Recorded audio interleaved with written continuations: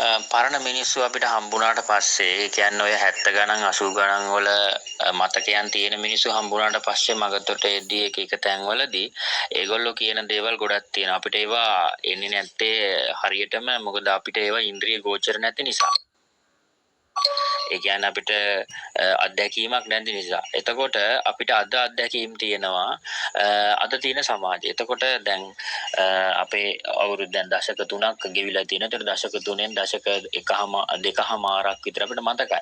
එතකොට දැන් මේ සමාජය ගත්තට පස්සේ අපිට පේන්න තියෙන දේවල් අද ගොඩාක් වෙනස් වෙලා තියෙනවා. ඒ කියන්නේ බැනපු මිනිස්සු අද ಗುಣ කියනවා, ಗುಣ කියපු මිනිස්සු බනිනවා. මේ වගේ අර විපර්යාසයන් විපරීතයන් වෙලා තියෙනවා. ඒතර මේ විපරීතයන් එක සමාජයේ කියවා ගන්න සමාජයේ පරිණාමයකට කියන්නේ සමාජ විපරිණාමය වගේම තමන්ගේ පරිණතභාවය ඇති කරගන්න පුළුවන්.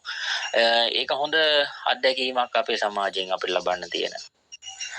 එක උදාහරණයක් කියන්නම්. මිනිස්සු අවුරුදු ගණනාවක් තිස්සේ සටන් කරලා විශාල වෙහසක් දරලා මිනිස්සු දසදහස් ගාණක් මිය ගියා. එතකොට මිනිස්සු ගත්තොත් මං හිතන ලක්ෂයක්වත් මේ යන්නේ නැති මේ ගැටුම් නිසා 88 89 ඔය එක කාලවල වල.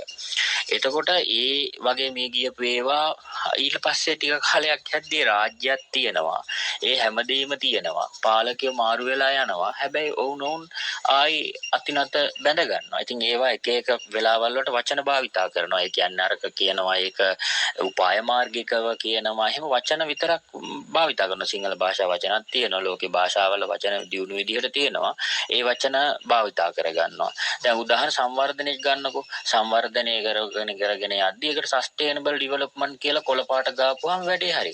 දැන් ග්‍රීන් කරලා දුන්නාම ඔක්කොම දේවල් ඒක සස්ටේනබල්. එතකොට ඒකත් ප්‍රශ්නයක් නැහැ. ඔය සස්ටේනබල් ඩිවෙලොප්මන්ට් එක ගත්තත් මිනිස්සු මරා ගන්නවා, ගහ ගන්නවා, අර එහෙම කරනවා. ඊට පස්සේ මොකද කරන්නේ? අර මං කිව්වා වගේ කොළ පාට ගාලා එහෙම දැන් ඔයාලා පීපල්ස් බැංක් එකේ බලන්න ඒගොල්ලෝගේ කාඩ් එක කොළ පාට උනා, ක්‍රෙඩිට් කාඩ් එක. ඒ කොළ පාට උනේ ඒකට. දැන් කීල්ස් ගත්තාම සුපර් කීල්ස් වලත් ඒක කොළ පාට කරා ඒගොල්ලෝ. ඒතර ඒ වගේ ගොඩාක් තැන්වල එහෙම කොළ පාට කරලා දැන් සස්ටේනබල් ඩිවෙලොප්මන්ට්. එතකොට පාරවල් වාහන ඔක්කොම දැන් සස්ටේනබල් වෙලා යන්නේ. එතකොට දැන් කොහොම හරි මේ තිරසර සංවර්ධනයට කොච්චර මිනිස්සු ගහගත්තද, මරාගත්තද. හැබැයි ඔයක තමයි ලෝකේ එන අවශ්‍යතාවයන් වල වෙනස්කම් වෙනවා. ඒ ගැටිතයන් වෙනවා. එතකොට ඒ ගැටීම් වෙලා තමයි ඊළඟට ඔය නැමියාවන් බාටපත් වෙන්නේ. ඉතින් අර 88 89 කාලේ මරාගත්ත කට්ටියත් ඕක තමයි උනේ. ඇත්තට මේ කාලේ තිබිච්ච නූගත්භාවය, දේශපාලන නූගත්භාවය, ග්‍රාමීය දුෂ්කරතාවය තමයි ඔවුන්ට කැරල්ලක් දක්වා පෙළඹුණේ. ඒක ඇත්තටම අධ්‍යාපනයේ වටිනාකම එතන තියෙනවා.